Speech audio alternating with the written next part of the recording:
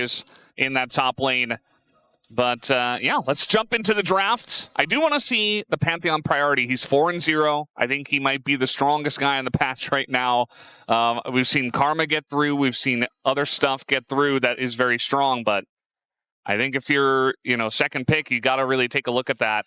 And if you're first pick, maybe just slam that Pantheon. T1 our first pick, and I don't think the Pantheon should be given over. They'll take away the Karma and the Varus here. So 2 strong ranged lane dominant picks taken away from Hanwha Life eSports. Keria's Bard will be respected, and I think that trend will continue. KT Rolster did the same. So picks like the Rise and the Pantheon are what we're really looking at here as we start to round this draft out. Azir hasn't been as convincing to me here on patch 26.6 despite the buffs. Yeah, I think he's still good. But Rumble will keep us 100% ban rate. It's hard when you have first pick and it's like there's so much strong stuff available. Hanwha Life eSports going to make this a little bit easier by banning the Rise. It seems like, okay, they're going to give over the Pantheon just to get this Azir pick here for Faker. Faker has proven that he will take Azir no matter what the meta is, no matter what year it is, no matter what day it is. As long as it's not banned or fearlessly banned, he will first pick it. Yeah. That has been the case for so many years.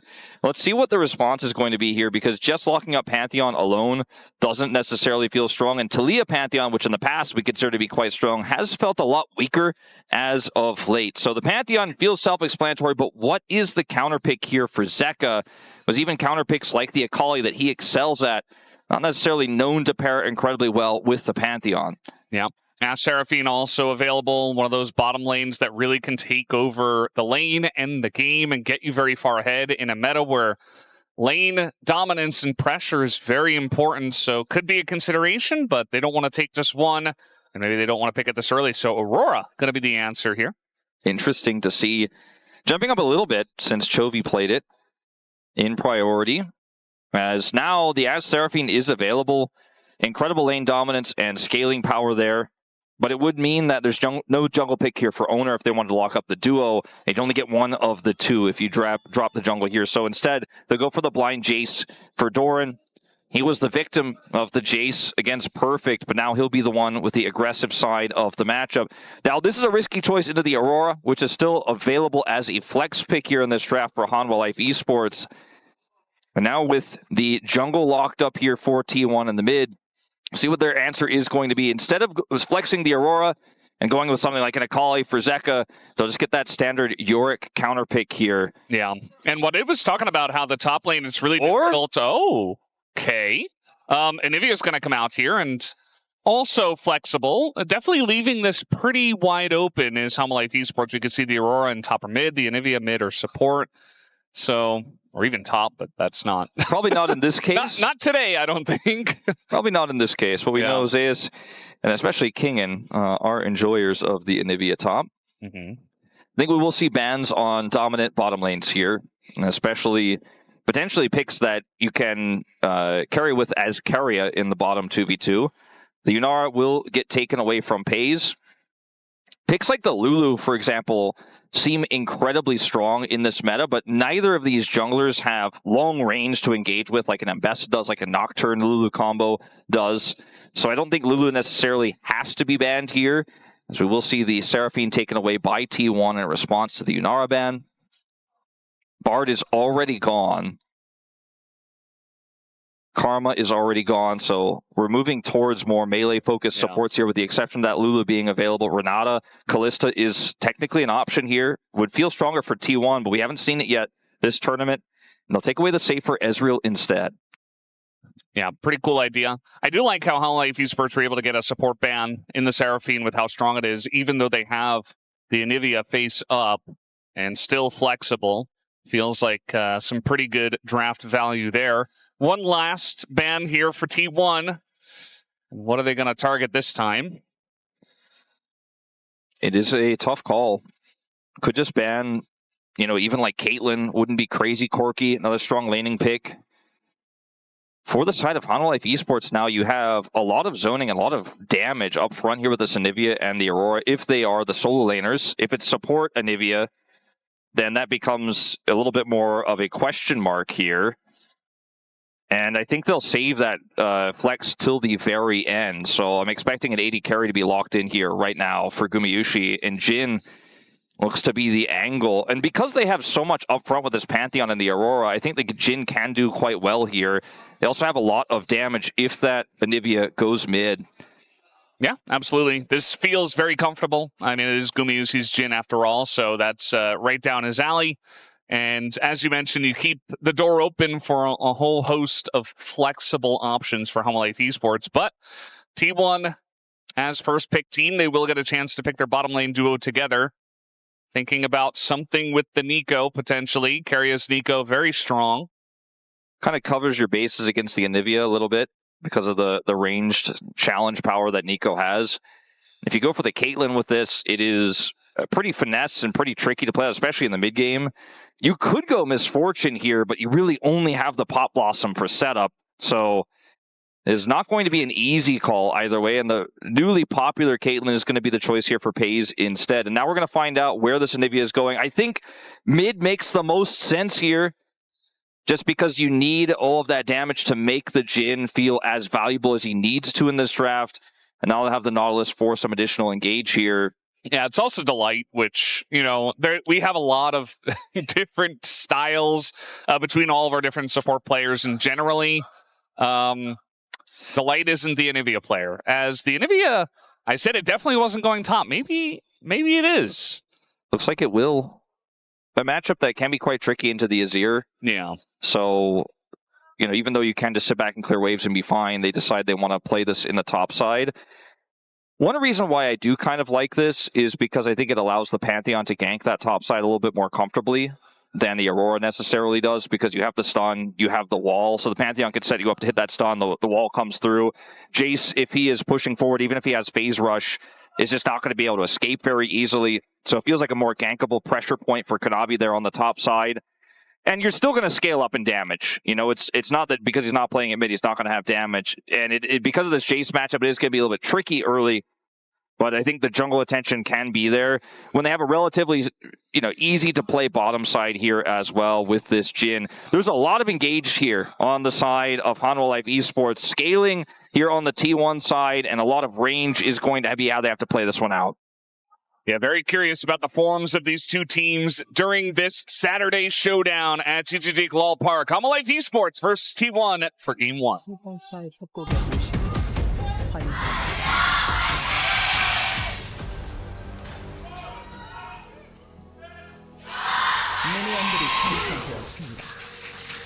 All right, let's hop onto the rift here. Hanwha Life eSports, T1. Hanwha Life coming off of a victory, T1 a loss against KT, who right now might be our strongest team in the LCK. I think when you defeat both Genji and T1, you kind of earn that right. I tweeted it yesterday. For week 1, right? I think you get to. I think you get to hold that for now. You definitely get to hold on to the crown. It is a very temporary crown that Chronicler often wore every week at the end of prediction check. But KT's wearing it right now. That's the last thing I expected you to say. Like, I know how we love to throw shots at Mao House all the time, but very early on in this cast. His was a little bit more permanent, so I'm trying to, you know, push it into maybe KT could win an LCK title. Who knows? I do want to point out that we've talked about Zeka's champion pool, how we were pretty surprised that he played the Ziggs very well because that doesn't really suit his playstyle. The Aurora, much more in his wheelhouse. He has never played a professional game of Anivia in his career. So perhaps that's part of the reason why they give it to Zeus, who does have experience with the pick here in the top lane, besides the jungle reasons I mentioned with the Pantheon. So just other reasons to consider. Yeah, good trading early on from Zeka as well. Figured did do a good job of avoiding a lot of the damage in the second hard trade that they did go for. But this time around, Zeka, especially with the flash away already, and we have an early gank here from Kanavi. Peyz in a lot of trouble. Nice block here from Keria, but he's still going to go down, and he will have to sacrifice first blood to Kanavi's Pantheon already. A flash here used for Peyz. 2 flashes in exchange. Great call from Keria, knowing that to keep Peyz in the lane is way more important than his life. To sacrifice himself there to block was actually massive, but even still, a big win here for Hanwha Life eSports in this early game. Peyz surely He's got a ward there, so I mean... He's like, you can't kill me. And playing up, he does have also Oner, who he went... Oh, no, that's not Oner. It's Keria. Okay. Neeko getting to me already. Oner did take the blue buff and then went back to his jungle. But now we have a TP aggressively from Zeka, it looks like. Notice also the back timing here of Doran, because they saw Kanavi on that ward in his jungle, and Doran was pretty far up, and he's like, you know, I think I might take this opportunity to go ahead and grab my tier and back away. So he actually puts a lot of pressure on there, does delay his jungle to look for that play with the TP. Down here, really quick flash timing from Peyz. Keria blocks the hook here, which saves Peyz's life, but will cost him his own. The kill goes to Kanavi, and Hanwha Life eSports are on the board. Yeah, definitely a good feeling to get the Pantheon, who is 4-0 right now in the LCK. Yeah. First blood already. Now Doran is down TP, so if he does get ganked, it will really hurt, whereas Zeus has been able to hold onto his there in the top side. Hasn't backed yet. And we will see Kanavi heading down towards the bottom side of the map again. And we'll see, it looks like Zeus is going to take his opportunity to buy now. So nothing too crazy coming from that timing that we saw earlier from Doran. This laning phase is going pretty well here for Zeka. And BDD crushed Faker in their matchup. It was unfortunately for Faker not very close. Yeah. I mean, BDD always prides himself on being a very strong laner, hates when he loses lane. And did a good job there. Zeka also looks very strong on the Ziggs, as you mentioned, in the laning against the Azir. And nowadays, it just feels like Azir isn't, you know, the powerhouse that we always knew and did not love here at the LCK. Because so many different picks are winning into it. We saw the Ziggs, the Aurora now. We had Rise as well doing really well into this. Flash forward, Faker gonna dodge a little bit, nearly ties, down to below 6 health is what I saw. And very close, nice play here from Zeka, pushing him out of the lane. Yeah, but it will mean that Zeka is now down his flash, so they are even in that regard. And Faker will have his up first. We got the... Literally 1 HP. Yeah, literally. 1 damage off lethal. Now Zeka possibly dead? Oh no, but Kanavi is here. I mean, I think Zeka will be totally fine, and now Oner in an awkward spot. See if he has to flash. Pantheon is just insane, and yeah, there's the flash away. The spear is not going to hit, as now in the bottom lane we've got more trading. Guma super low, but he will stick around. As his refillables, refillable ticking. This is going to be pretty tough to dive, though. Now that he does have that health back, we'll see if Keria can land this binding. Yeah, I think if they get the binding, we could see a trap. There's the trap, there's the net, and oh, he's so close. There it is. Peyz takes him down. And just like that, they will punish Gumayusi sticking around under the turret. That one ranged minion will keep Keria safe, and he'll get out here despite Delight's ridgeline. So 2 good plays from Keria in this early game. The first one defensive to keep Peyz alive. The second one here to bind Guma under turret so that Peyz could set up the trap and finish the kill. To being a huge winner here. Has pickaxe in inventory now as Oner was going to come up to potentially set something up here on the top side, but will not amount to anything. We'll watch this again in the mid lane from Faker's perspective here. Gets the shield. Mid no flash, he says, as he walks away with 1 health. No reaction, really. Let's see how Guma got chunked here. Well, that'll do it. Yeah, that's a bit of a yikes. Has to barrier early. He has his refillables, so as you can see, he gets quite a bit of health back, but with the wave crashing here, Keria gets set up, and Blight can't block for that, so as long as Keria lines it up well, it is going to be a kill. Yeah, in fact, the fact that he walked in front of it actually empowered it, so not making Guma's life very easy down on the bottom side, but not much he could do regardless, as you mentioned. So, yeah, just hit the bindings, I guess, and you will get kills. So that's a good start for the T1 bottom lane. Looks like Doran's trying to get aggressive up on the top side, but not necessarily winning the trade, as Zeus in the extended one will win out in health. Yep, we'll even up the CS here, approximately, as that will force Jayce to back. Does have his TP back online. Pretty quiet early game. Yeah, I don't know. 1 HP again. Zeka used his ult, we know that much, and Faker did not use his own. Oner will get some of this farm, but that's not really what they wanted. 30 health. Confirmation went down to 30. So I suppose that's 29 better than last time. Yeah. Improvements here, I guess. He hasn't died, so, you know, there you go. Here's the trade once again. You can see how low he gets, even the ult coming down. Ooh, the ultimate. That's a replay of that. So the ultimate did slow him there, but it's not quite enough damage at the end, even with electrocute proccing. This is not a replay, although in Doran's head it probably feels like one. Stewing the dragon here, looks like. Oner gonna take this one down early. Kanavi, like, Doran has to back here because he took so much damage. Kanavi's top side, they don't know where Kanavi is, and he has his ultimate. He's level 6, so the Jayce is once again forced to back. Has a lead in farm and a 230 gold advantage right now, but it's, you know, the Jayce that we often see, especially so far here in week 1, has generated larger leads, and there's been no jungle attention topside, and this Anivia is just holding her own. So feeling really good right now if you're Zeus on the top side of the map. Let's see if Keria can pull this one off. He is the front minion. Zeka gonna go forward. He does dodge the root though, and he will be okay. Trying to trade aggressively as the light was coming up here, and also we got a Jhin, Guma, and Kanavi all around here, but Faker just able to push him away and avoid the majority of the damage. A lot committed here for Hanwha Life eSports, but that feels like it's enough to maybe start grubs. Zeus is forced to flash. Yeah, good flash to get away, and now Kanavi's ult is kind of doesn't really do anything. I mean, if he already flashed away, they were already disengaging. If they just get the grubs for free, then it feels like all of those tools that were used feel worth it, right? Especially because the dragon's not up for 4 minutes. T1 were able to get the first dragon already. So this is kind of Hanwha's response here, is try to get Faker, try to get his flash. They got his Emperor's Divide. You know, Guma commits his ult. Kanavi ults topside there to try to turn that topside play around, but the ultimate win really is just picking up the grubs for all of that. I think they wanted a little bit more, but they still get that, and their ultimates will still be available for the next major team fight. Yeah, not so bad. The 3 grubs coming through.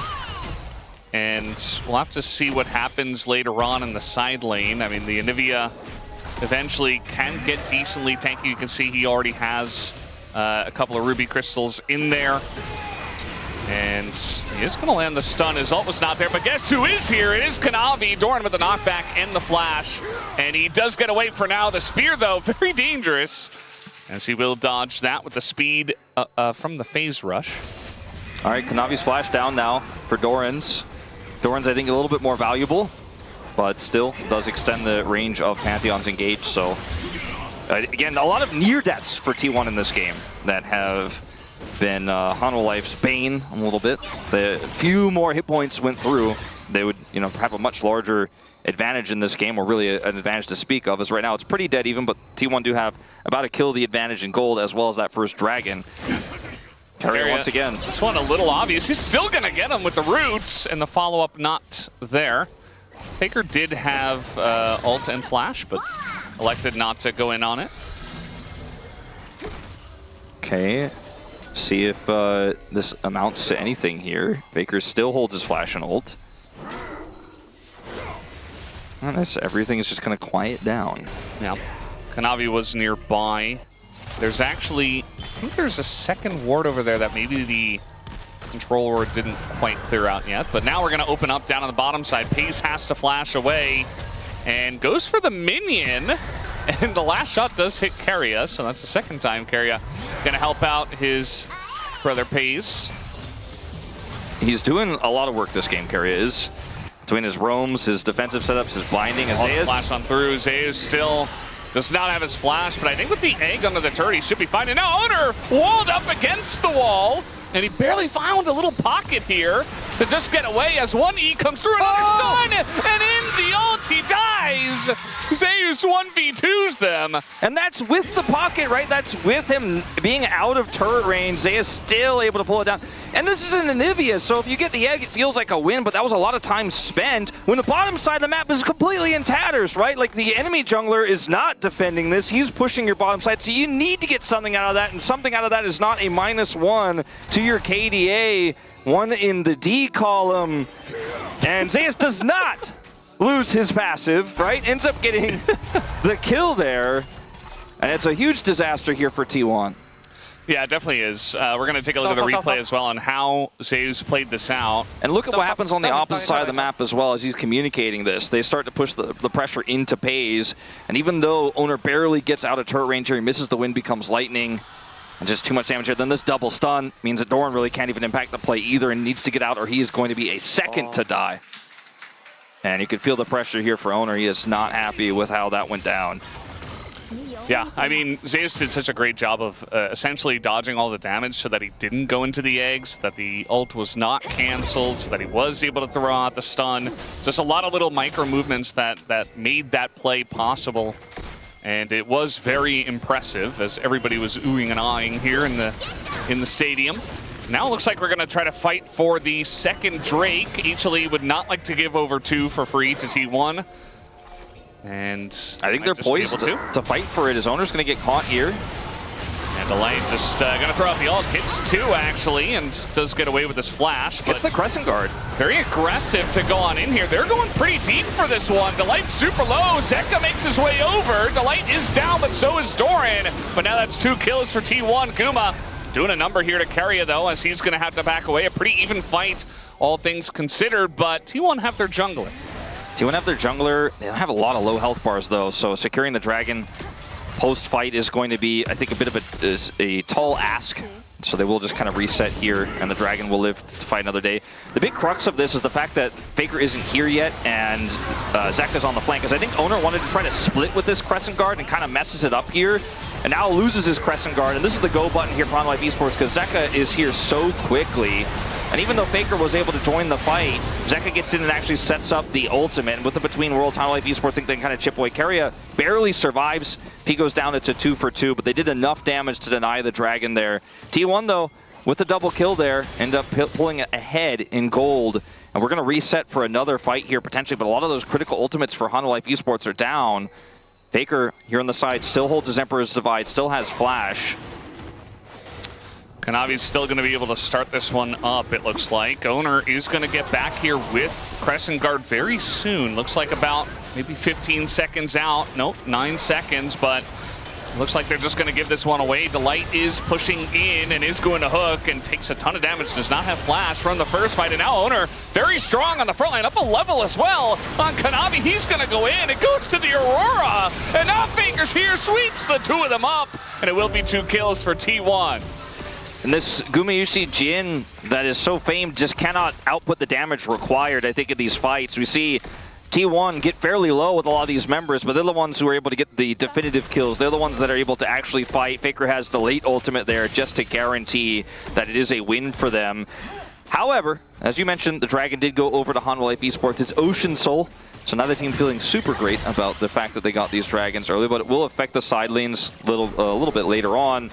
As Hanwha Life eSports have the setup here in this fight, but again, like, watch what happens with Guma. He's like, there's too many members nearby, puts a little bit of damage in and then leaves, okay? And then while this is happening, Oner has his Crescent Guard through. Faker's gonna come in here for the sweep, and it's just a wash. Guma just cannot impact the play anymore, and Zeka did not have his ultimate from the previous fight.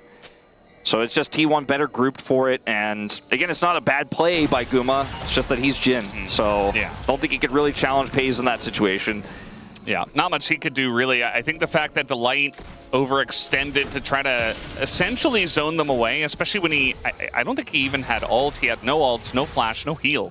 So he was just kind of putting his body on the line, going out there, and generally pretty good at walking that line, but nowadays maybe a little bit over-aggressive. And he does kind of bait his team into that one. But they got the Dragon, so we'll have to wait and see. At least they won that flip. Easily could have gone to Oner if he hit the smite this time. Kind of funny that it did go to Zeka, of all people. Yeah. And so Hanwha Life eSports don't need to worry about a fast Ocean Soul in this game. Right now, I think they have vision that Kanavi is bottom side here, so they want to try to make something happen onto Zeka, who does have his ult and flash. So pretty tricky to dive. In fact, it doesn't look like they're even going to get this plate here. So something maybe was cooking there, but they do kind of realize it's not worth it. Doran will get the stop on the back here and should be able to, with this next wave, grab that plate. And we're going to reset for a potential Herald fight now. Zeus does have his teleport. And Zeka wanted to back there so he could get back to lane to be able to collapse onto the Herald, but now I think he's going to have to stay here. And because Doran has TP, he actually gets the opportunity to back and buy before this fight. The margins on this one are pretty thin, actually. It's really difficult for either team to confidently start it right now, but I think T1 got some pretty solid advantages before this fight takes off because Hanwha can't start it to punish that back there from Doran. Faker has TP in the bottom lane as well, and he has Prio. This Herald would open up the mid lane very likely. 2 plates apiece on the mid turrets. Whoever gets that will open up the map in a big, hefty way. It feels like all of our LCK teams are really on the ball about getting the Heralds. If you do, you get the Heralds and use it right before the 3rd dragon and use that to essentially get a dragon lead. In this case, though, got to be careful. I feel like there will be a lot of, weighing of value in terms of, yeah, we got the Herald, but we don't want to all in on just individual Ocean Drake and stuff like that. So it will be interesting to see how the macro does play out. Faker is able to take down the bottom turret already. That's the first turret of the game. And that will be a nice amount of gold in the pockets of T1. They already have a pretty hefty lead at this point in the game, about 3,000. Yeah, and just haven't been able to see Kanavi use his global impact all too much in this game to punish sides. There's no grubs for Faker yet. He's the one who takes that turret down. 3 grubs here for Hanwha Life eSports, but top turret still has 3 plates, and whoever's been on the top side against Doran has just been under turret, even though there's a Pantheon that could have potentially come up there and looked for the assist. I mean, it's not that Kanavi didn't try. He spent a decent amount of time topside here trying to make that impact, but hasn't led to the lead that they were hoping for. The big problem here is that there's a big gap in terms of second items for AD carries. IE is done here for Peyz, whereas the rapid fire cannon is put together here for Guma, and Faker's already quite large in this game, so there's 2 threats, plus this Jayce that can poke. And for Hanwha Life eSports, how do you engage now with this Pantheon Nautilus? The follow-up has to be so swift with your Aurora, and the Jhin has to be in position to follow up too. And this Zhao, that's kind of in the way, is so frustrating. Not to mention you got to deal with clones. There's a bit of a fight here over the Krugs between mid laners. I feel like Faker got every single one against Anivia, which is pretty cool. Not sure if he actually did, but it looks like he got the vast majority of it. As now we have an engaged Oner running forward, and yeah, Kanavi just falls apart like a piece of paper. Oner super tanky on the Zhao. Now we got a trade up in the top side that looked like it was going heavily for Doran. That was just bizarre. I mean, Delight's not having his best game here. He's going in confidently a lot of the time, but that's not exactly what I meant when I said there's a Zhao kind of standing in the way. They were just, I mean, not only is he tanky, but he's Zhao. He had friends there, and they had no damage. That's a Jhin to try to follow up. So not looking great here as T1 will turn this into a 3rd dragon. Well, the 3rd dragon will be theirs, their 2nd dragon of the game. Yeah. And generally in the LCK, a lot of our teams are clean enough to, okay, we got a big trade up on the top side. Doran getting very low. They committed a TP for this, so they've got to make something happen. Zeus feels a little slow. No, I think he got it. Yeah, the slow comes in, the flash, and actually the flash wall into the stun. Great mechanics here from the side of Zeus. They're going so deep for this, though. And yes, the Nautilus ult is going to hit. They really want to take down Keria, and I'm not even sure they're going to be able to, as nope, Kanavi once again overstepping the line, and he gets punished for it. I just need to make a Kanavi reel, okay? And it will have lowlights and highlights in it, just the same. But he's always going the same direction. It's weird. You're like, okay, look, you got the win. You got the W. Well played on the TP, Zeus. But then, okay, this was bizarre, to say the least. They know it's Keria. They want to engage on it, but there's a Zhao here. Have control vision in the brush. I don't know about that one. This one here, they commit the teleport, right? Zeka wants to get this kill. I think they realize, okay, he's going to retreat. There's a ward in this brush, but Zeus gets the slow from his ultimate and then waits very patiently here. Goes in, gets the wall, gets the Q that goes through everything there. And Keria here, it's like, just let him go. It was... like, what are we doing? What did Keria do to you? I mean, he's having a really great game on this Neeko, but just take your small advantage, just get the turret on the top side, you know? I know you're behind in this game, but sometimes just, like, be happy with what you got. Yeah. And now Guma stepping up to Peyz, who is just so far ahead in terms of damage.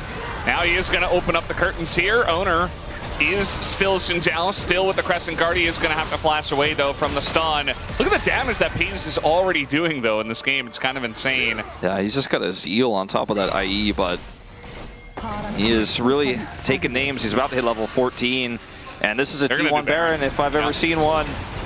They have so much to do it after that play where Delight and Kanavi, you know, they both went too aggressive, and he wanted to do it at 20 minutes, but now they're going to do it here at 23.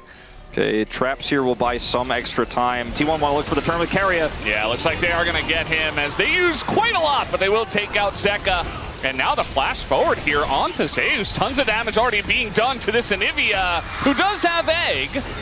And there's no Empress Divine still, but maybe just enough poke damage from afar as Faker sees the line, and he does pull it off, as that's 2 kills, and maybe now they'll go for the T1 Baron. Sunny side up on that one, Valdes. This looks like not just a Baron, but a Baron plus 2 kills here, as there is just absolutely no way. I mean, if Kanavi goes for the steal... The Guma steal? Okay, Kanavi actually just going to send it as... and he's going to get it! Unbelievable. Did Oner smite at like 3,000 health? I don't know how that happened. I mean, Pantheon Q smite is strong, but... We need to see a replay of that. Wasn't he also on vision on that ward? Like, T1 had vision of him. I'm pretty sure they could have just been like, okay, hold, kill him, and then smite. Let's see. So this is where Keria is lurking here in this brush when they start the Baron the first time. They catch Zeka and destroy him. And then they're able to catch Zeus as well here. It's a really quick play from Faker. T1's team fighting and their map movements have been phenomenal this game, despite Delight's best attempt to block there. But I'm more interested in what happens here on the steal. Okay, we're going to see it from Kanavi's perspective, so I can't actually tell if T1 know or not. Yep. He's just like, I have ult, I can ult.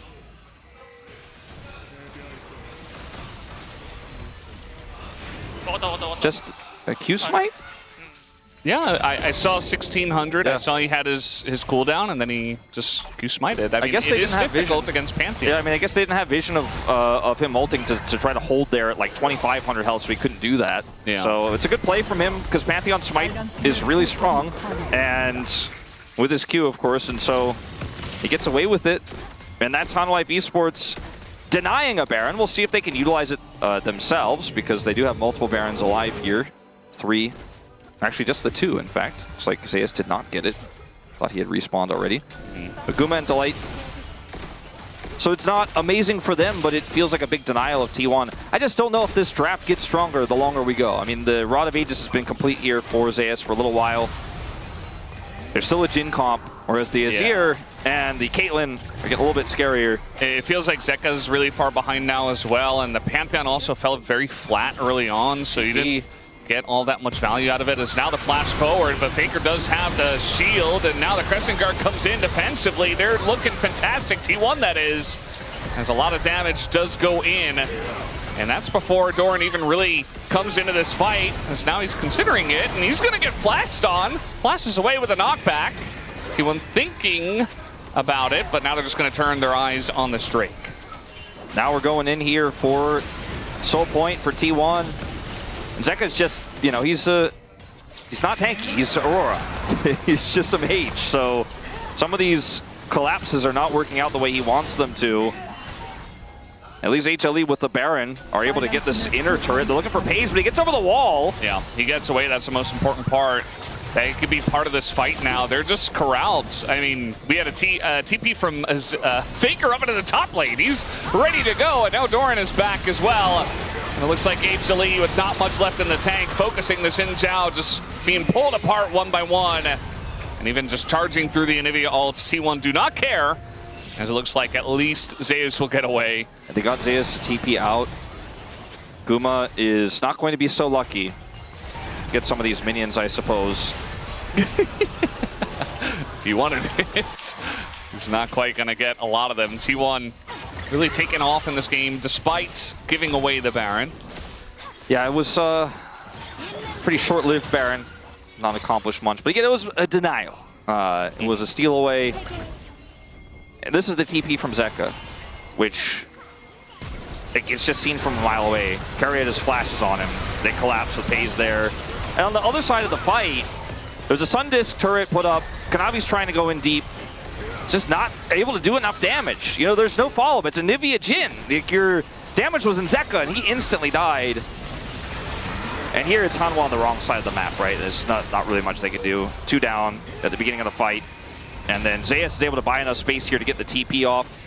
Guma is a Jhin. So... You've said that a lot this game. I mean, he is. Like, he's still Jhin, yeah. I mean, it's like, true. I say it because it's not his fault, you know? And he's really good at this pick, but there are limitations. It's all right. And Delight, it's not all right for him, as he will go down once again. Kanavi is 2-6 this game on the Pantheon, and it looks like he is going to be Pantheon's first loss of LCK 2026. Just was not able to make the global impact in this game. Right, minus the steal. Here onto Doran. Looks like he's in a lot of trouble, so they at least get the shutdown onto him. But Faker wants a bit more, as he is just tearing Kanavi apart. There's nothing they can do. Faker super low. Zeus with 1E, and a Dream will take him down, but the value's still there for T1. Faker won't care that he does go down, and they can just push bot. T1 have really just one Baron left to end the game, it looks like, at this point. 50 seconds till that one spawns. Faker will respawn, and they'll be able to set up for a challenge. I think Hanwha Life eSports have one more fight in them, and that alone won't win them the game, but certainly could be an opportunity to get back in if T1 mess the Baron up, but that's just not something that we expect. Double root here for Keria, who, by the way, then uses his belt to escape. They killed Delight. We'll see what transpires here. Okay, Doran just kind of gets baited, gets caught by Guma. Gets then stunned by Zeus, and Kanavi has the follow-up. We saw this earlier. Thing is, you know, Faker's pretty big. He does a lot of damage here. Goes into the brush. And even though he dies, it's well worth it for him. They also get the egg, which is a big win for a potential future fight. Yeah.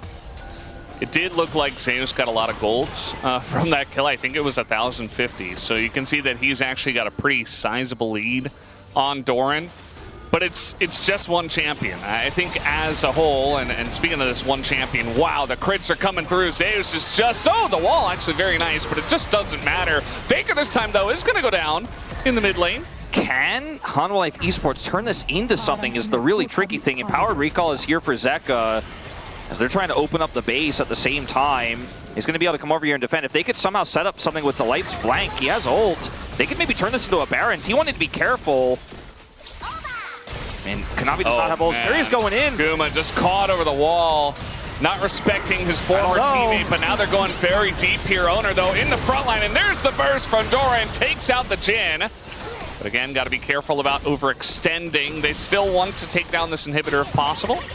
I think with Peyz at full health and with how strong he is on 4 items, and Oner with GA, I think they're just going to be able to do it. That made me very nervous because of the rotation that Delight had coming down and the damage that was available there. As we're going to go all the way back here to the pick on the Zeus. You said it's just one champion, and then I was going to say it's just 0 champion.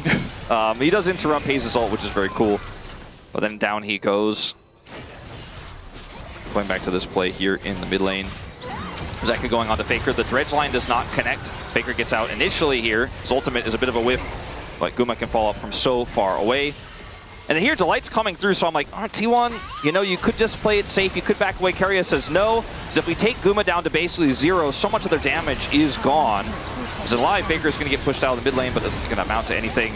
Doran trades his life for this one, but like you said, in this remaining 3v3, because the main carry is full health, they can push down that inhibitor. Now we're looking for that dragon. Yeah, it's just gone. T1 in live, they just take down the soul. And HLE didn't really look like they had much of an answer. They were trying to catch Faker in mid, but once they weren't able to do that, the soul was gone. And now you've got the Zhao, who's so tanky. They're still going to go all in onto him, just getting a lot of CC in, and yet he's still going to flash forward with a GA. Does not care even one bit.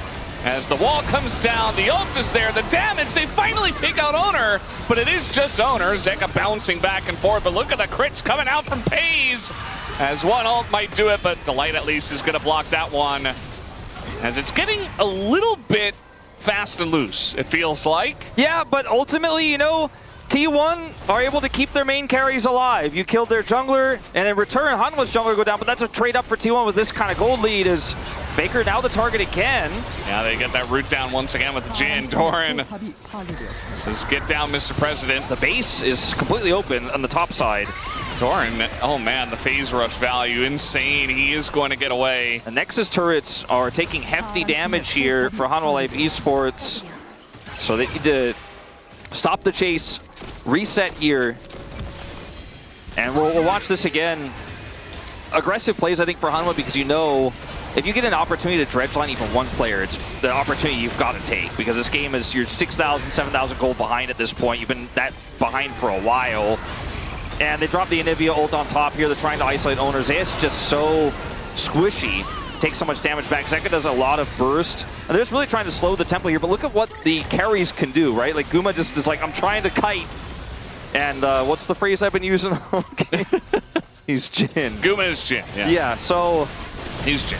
And again, when you trade like that, the team that has 4 Fed members is like, yeah, that's the 4v4 I want to take. Well, Keria this time says no Pantheon steals. He will pay his life for it, though. As this time, Oner's got the smite down. Zeka trying to keep them around with his ults, but not really able to do so. So that will be T1 getting the Baron. All right. Peyz still deathless, by the way, in this game. Pretty impressive stuff. I think it's 5-0 and 10. GA going to make it even tougher to kill him at this point. The inhibitor is going to respawn in 2 minutes, so we'll see what T1 can make of this. Yeah, it's I would assume they just wait for Keria to respawn. We got about 10 seconds left, and they could just group and try to push that bottom lane turret. Looks like there's only 1 plate left on that one. My expectation is you can kind of 1-3-1 this, or you can 4-1 this, and then set up for the pressure on the bottom lane, maintain prio for the Elder. This game is effectively won, but it has taken a little while for the Nexus to explode, right? And for T1, you just need to make sure you don't make any mistakes. Yeah, there's still the Elder. Yeah, the GA is coming up for Oner, again, relatively soon, and there's no reason to try to just send it and end the game now when you could just play through your incredibly fed carries. Especially Peyz, by the way, who's 3,500 up in this game. We got 2 Caitlyns just running through the jungle. They're gonna something 4-1 the bottom turret while keeping Doran in the mid lane, stacking up a big wave here. Anivia can delay games, as we've seen a lot of the time, especially when she has money. So and blue buff. That's a good point. Kind of unlimited mana, unlimited cooldowns. You literally just stand there with your ult and you say, well, you're not pushing this lane. Doran's still going to flash away from this, just to make 100% sure. And just the fact that they went in onto Doran means the bottom lane, Anivia or not, will be broken open. I think has so much agency. Level 18, flash and ult, and there's no Nautilus ult. He can kind of do whatever he wants. He also has Banshee's Veil, by the way. So when he wants to make the play, he gets to say when and where, and there's just nothing Hanwha Life can do about it. The top inhibitor has respawned, but how long will it last? Is the real question, as this mid turret is going to fall, the inhibitor with it, and T1 are looking to just siege to end. There's still 40 seconds left on this Baron. If Hanwha lose anybody, it's GG. They're trying to once again go for Doran here, and he does not have his flash, and now he doesn't have GA. But there's the engage from Keria, gonna find 3. And that might just be enough to break this one open. Kanavi doesn't have much of a health bar. Faker gonna go golden, and Peyz on the ult of the Anivia does not seem to care. Just flashes forward and gets his face into it. Guma is trying his best to try to push them away, but I think the wallets are just too heavy, and they will look for Guma right at the end. They do get him, as this Nexus will fall. Triple kill for the side of Doran. A Quadra, actually. Looking for the Penta. 1 shot blast could do it. And instead, the Nexus is going to fall. GG, T1 take the first game. Certainly a pretty good first game. You know, if you watch the last 15 to 20 minutes of it, felt pretty painful as a Hanwha fan, but there were certainly some openings in the early game, a little bit of back and forth.